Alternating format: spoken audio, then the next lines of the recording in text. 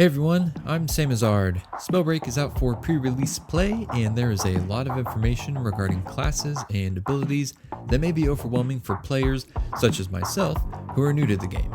So let's dive in and take a look at class abilities, strengths, and weaknesses for all the classes available in the game. First, let's look at Frostborn. This is a long distance class based around sniping and long range combat. The level 1 skill is Frozen Alacrity, which leaves an ice trail under anywhere that you shoot your arrow using your primary move, Ice Lance.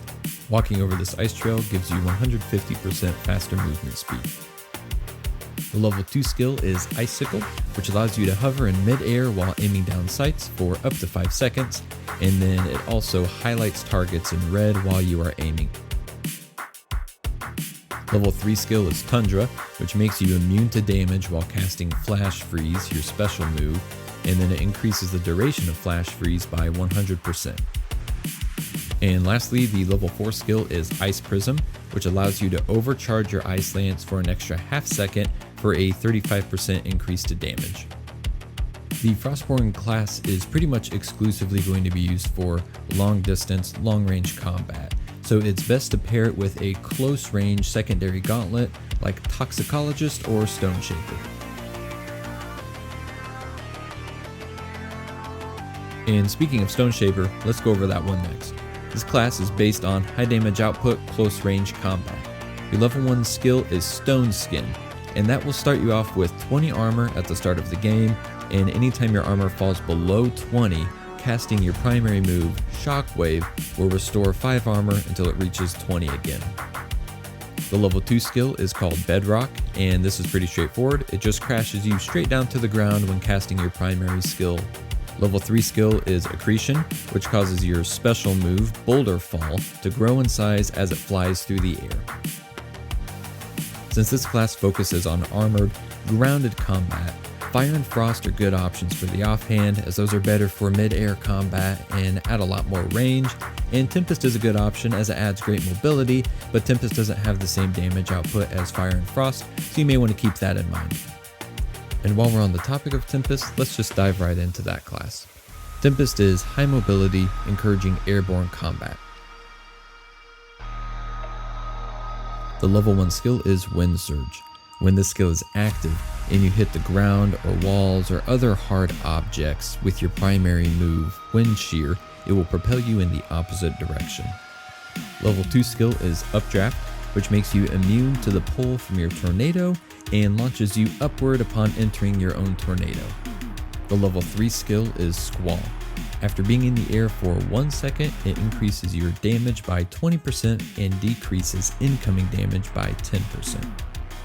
The level 4 skill is Sudden Gust, and similar to Squall, this activates after being in the air for 1 second, and at this point, your sorcery cooldown speed is reduced by 100%. Tempest has great mobility, but doesn't have particularly great damage output.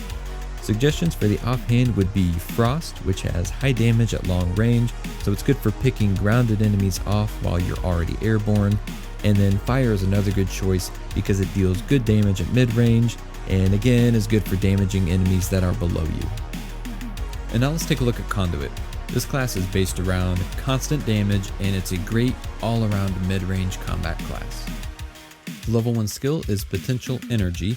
This skill increases the damage of your primary attack by 1 as you cast it consistently, capping at 17.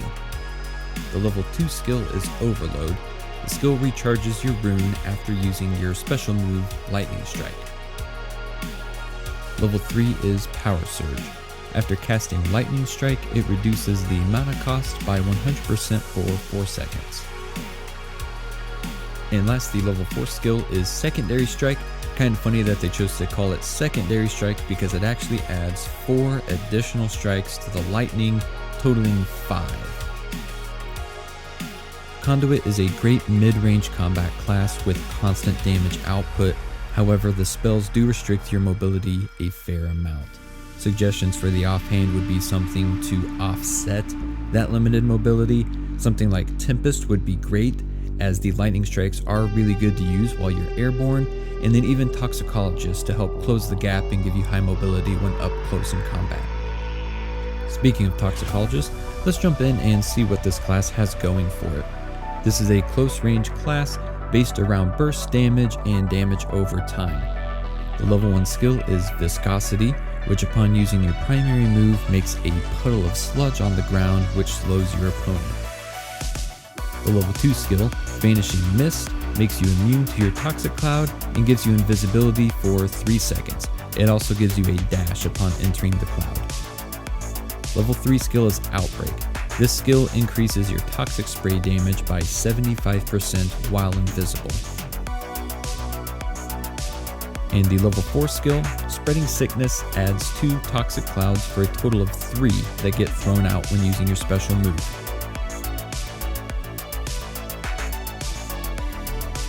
This class focuses on close range, burst damage, and damage over time.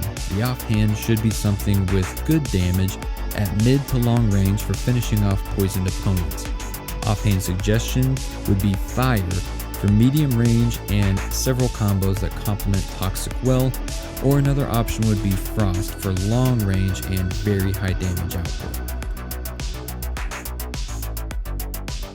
And lastly, let's take a look at Pyromancer.